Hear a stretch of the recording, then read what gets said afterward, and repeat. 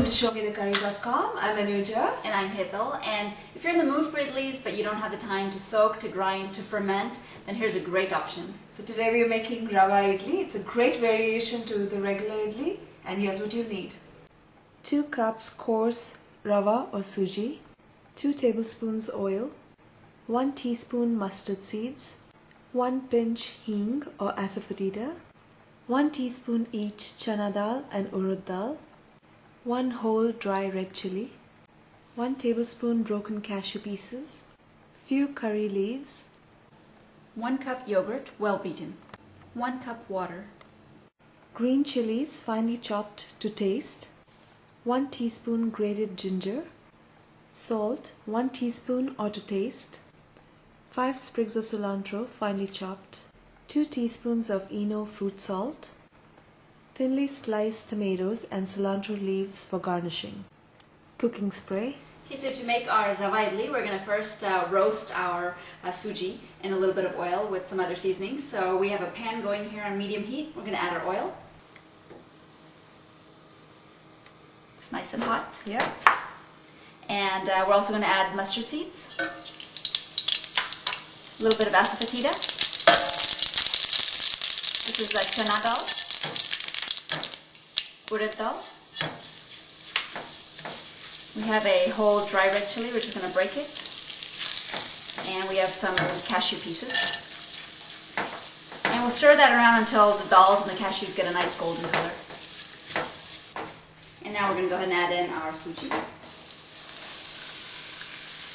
And we're going to keep stirring that really well and roasting it until the suji gets a nice aroma.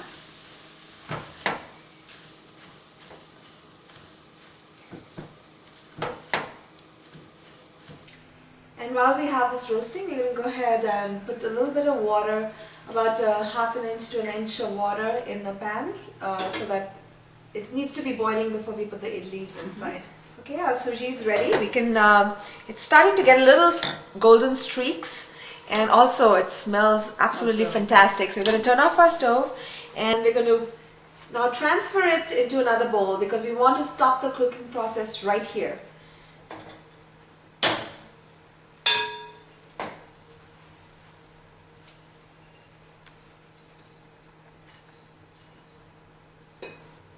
Alright, and now we're going to let this cool down to room temperature. His suji is cooled down nicely. It's a little bit warm, just slightly warm to the touch, but it's perfectly fine like that. And we're going to go ahead and mix all our other ingredients together. We have yogurt here. We're going to mix our green chilies in. And here's our ginger. We have some salt.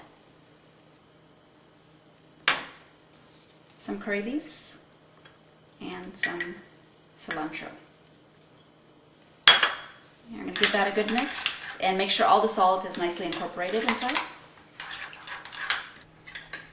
Okay, so this is mixed and we're going to go ahead and pour this into our suji. Wow. Easy so far? Right. And we also have water. We're going to pour this in a little bit at a time and just keep mixing it and make sure there's no lumps in there.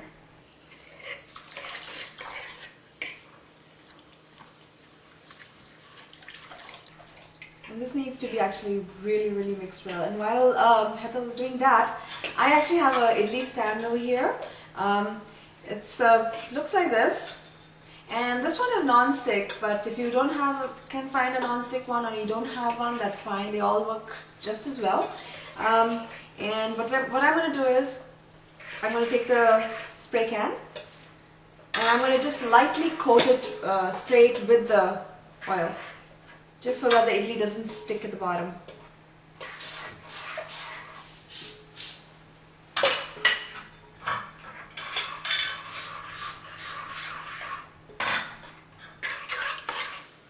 Okay, all the water is in here now and it's mixed really well. Now the final step here, we have some Eno fruit salt. This is the agent which, when you put it in here, it makes it nice and foamy and it prevents you from having to sit and ferment it all night. So very important. And it has to be done last moment. Don't do it ahead of time. You see that? Oh yeah. Nice bubbles. Perfect. Now we can go ahead and immediately put this into our idli stand. Okay, we've got our idli stand all oiled, and this is absolutely optional for garnishing. It just looks very pretty. We've sliced the tomatoes, and I'm going to place them at the bottom. That along with the cilantro, or if you don't even want to use one or the other, that's absolutely fine. Just looks pretty. It's great presentation.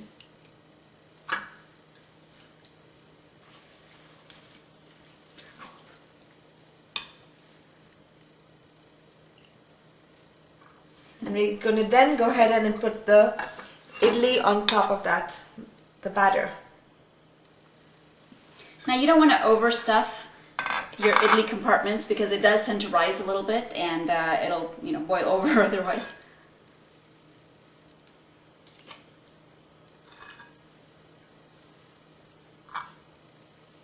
And we're going to repeat the process for the rest of the idlis. Okay, the idli is done. Now it's very important that we alternate the holes with the idli. So if you notice, it's the holes, the idli, the holes, so it's kind of interlocking. The idli gets room to expand, and it just fluffs up nice, and it doesn't crowd up the whole thing. So our pot of water is boiling now, so we can go ahead and put our idli stand inside. Now be careful, the steam is very hot, so gently in. Now it's important you have a pot with a tight fitting lid, and this one that we have actually has a little escape hole, so a little bit of the steam goes out, and it's not like a pressure cooker. But if you're using a pressure cooker, then you can use the same method, but leave the little weight whistle off of it. And we're going to steam this for about 15 minutes, 15 to 16 minutes on a medium heat, and then we'll check on it. Okay, it's been 15 minutes. We're going to go ahead and turn off the stove. And if you're not very comfortable, you can leave it here for a couple of minutes. It's absolutely fine. Or you can take it out very carefully. It's very, very hot. Okay, and then it's been a couple of minutes, cool down a little bit. We'll take out this tray and then very gently flip them around. Perfect.